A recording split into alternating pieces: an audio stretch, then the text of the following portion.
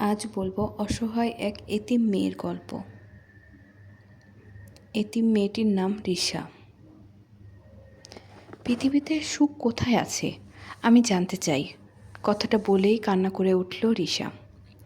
রিশা ছিল বাবা মায়ের একমাত্র সন্তান। একটি সন্তান বাবা মায়ের কাছে কতটা প্রিয় সেটা প্রতিটা বাবা মাই জানে, কিন্তু এই আদরের সন্তানটাই হয়তো বাবা মায়ের অনুপস্থিতিতে অন্যের কাছে অবহেলিত। আজ ঠিক এই অবস্থায় রিশার।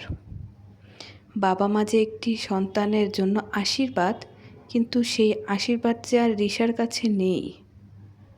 এত নির্মমভাবে মানুষ পৃথিবী থেকে চলে যেতে পারে, সেই রাতের কথা হয়তো এই গ্রামবাসী সবার মনে আছে। ঘটনাটা কোনো এক সন্ধ্যার। সেই সন্ধ্যায় রিশার প্রচণ্ড কান্না দেখে ওর দাদি ওকে নিয়ে পাশের বাড়িতে ঘুরতে যায়।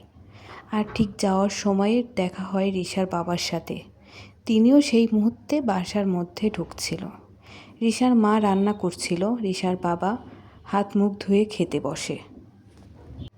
স্বাভাবিকভাবেই গ্রামে বিদ্যুৎ থাকে না রাতে। ল্যাম্পের আলোয় রিশার মা তার বাবাকে খেতে দেয়। হঠাৎ তাদের গোয়াল ঘরে কেউ শত্রুতা করে আগুন ধরায় দেয়। রিশার বাবা খাবার রেখে চলে যায় গোয়াল ঘরের কাছে। নিজের অতি কষ্টে বড় করা গরুগুলো পুড়তে দেখে রিশার বাবা সহ্য করতে না পেরে গোয়াল ঘরে ঢুকে যায়।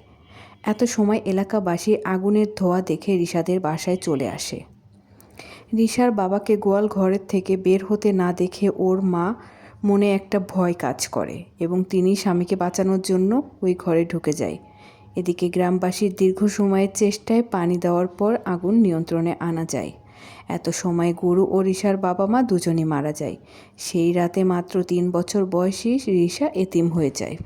আর সেদিন থেকেই শুরু হয় রিশার কপালে যত দুঃখ কষ্ট।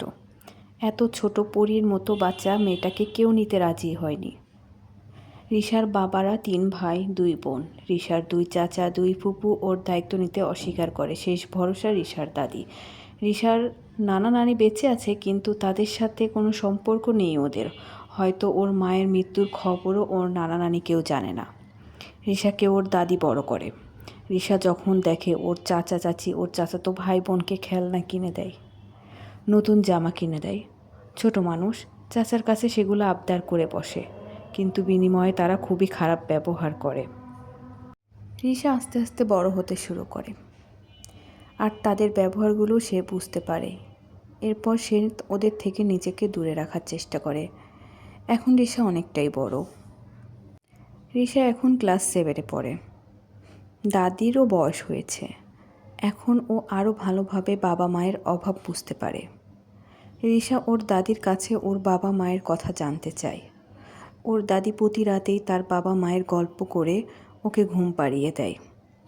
সেদিন সকালে দাদি অসুস্থ থাকায় রিশা ওর 2 চাচির কাছে ভাত চাইতে যায়, যেন ও খেয়ে স্কুলে যেতে পারে। ওর চাচি খুব খারাপ ব্যবহার করে তাড়িয়ে দেয়। একজন তো তাদের রুম থেকে ঘাড় ধাক্কা দিয়ে বের করে দেয়। রিশা পড়ে যায় উঠানে। রিশা কান্না করতে করতে পুকুর ধারে গিয়ে বসে আর ভাবতে থাকে ওর বাবা মায়ের কথা। তারা থাকলে ওর জীবনটা কত সুন্দর হতো। ওর দাদি ওকে খুঁজতে খুঁজতে পুকুর পাড়ে যায়। দাদিকে দেখে কান্না করে রিশা বলে ওঠে, পৃথিবীতে সুখ কোথায় আছে আমি তো জানতে চাই।